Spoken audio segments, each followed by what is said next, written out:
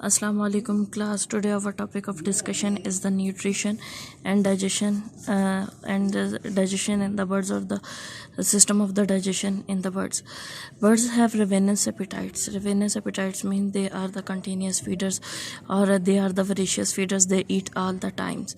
Their appetites support their high metabolic rate, and due to high metabolism, their endothermy is maintained. It's mean the temperature of body is maintained, and they are able to maintain the flight.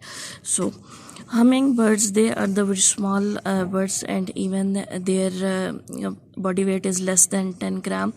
They constantly feed. At the night they enter into an inactive condition which is known as the torpor condition, and they can't maintain their body temperature because they don't have constant metabolic rate. In the morning they again feed, and then active in the day due to gaining energy from the food. But during night they are not able to fly it, or they are in a condition of inactiveness or sleeping condition. Torpor is a kind of sleeping condition, you can say. Modifications of bills. Birds have various kinds of bills, and their modifications of bills depends on their feeding habit. If their feeding habit, suppose they are sapsuckers, then they have specific kind of tongues according to the sap sucking. But if they are predaceous birds, they have then specific types of bills for cutting and tearing the flesh.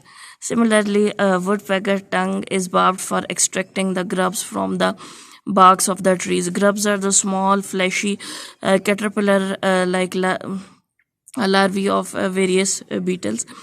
And according to the feeding habit, woodpecker's tongue is modified. Sapsuckers have brush-like tongues because they feed on the saps. So they excavate holes or made holes in the trees, and then suck the sap from these holes. Tongues of the hummingbirds and the nectar feeding birds roll into the tube for the purpose of nectar sucking. This is a generalized diagram of bird digestive tract. Example of the pigeon is given here. First portion of the digestive tract is the esophagus, which is continuous with the mouth. At the next end of the esophagus is modified into the crop, which is a storage structure. Birds use this structure for the purpose of storing food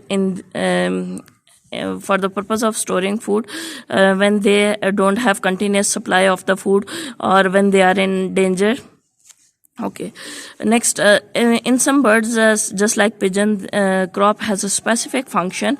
As a continuous sloughing of internal cells of crop produces a secretion which is known as the pigeon milk, and then young pigeons or squabs are fed with this secretions until they are able to take the grains by themselves. Next, this structure is the stomach. First portion of the stomach is known as the proventriculus, and it secretes gastric secretions. These gastric secretions aids in the digestion of the food because the enzymes are released from the proventriculus, and definite function of the enzyme is the digestion of the food.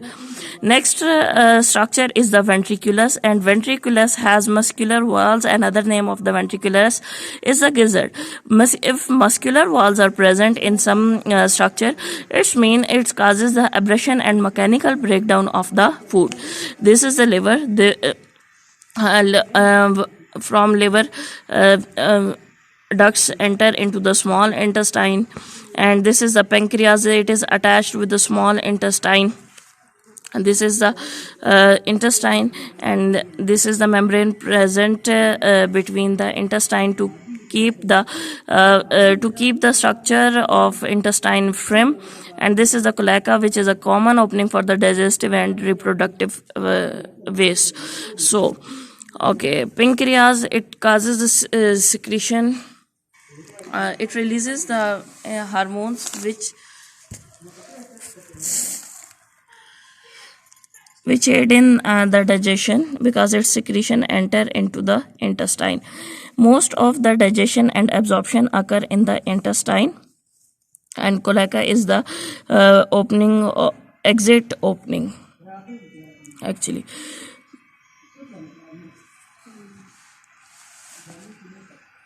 Sadder, waxwings, vultures, and birds of the prey use their esophagus for the storage function too.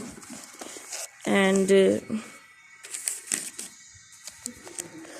sometimes when you sit in the when you sit on the roof, you see that birds also swallow some pebbles, and these pebbles help them in the mechanical abrasion of the food. Blind end sacs are present at the joining point of the small intestine and large intestine. These blind end sacs are known as the Siki. These are involved in the cellulose digestion because of presence of specific type of the bacteria. Owls are the predator, and in other birds, reproductive waste removed from the body through the cloaca, but in case of the owl, pellets of bones and furs are formed, and they release the pellets of the fur bone through their mouth, and these pellets are helpful in their in the studying of environment of these owls. Okay, in some cases bird form flocks or roosting habit of the birds. Flocking or roosting is the congregation of the birds or the grouping of the birds. It causes the devastation of crops on a very large scale. This is very common in the European starling and red-winged blackbirds, and sometimes monocultural practices also causes the roosting. Monocultural practices mean growing a single crop. If the bird have food, that single crop A is the food of the specific bird, then they congregate in that area. Sometimes birds of the prey are thought as a major danger for the human society, or we thought they have conflict with the human society, but actually they are not. So that's why they faced shooting and poisoning. This is the completion of the topic. Thank you.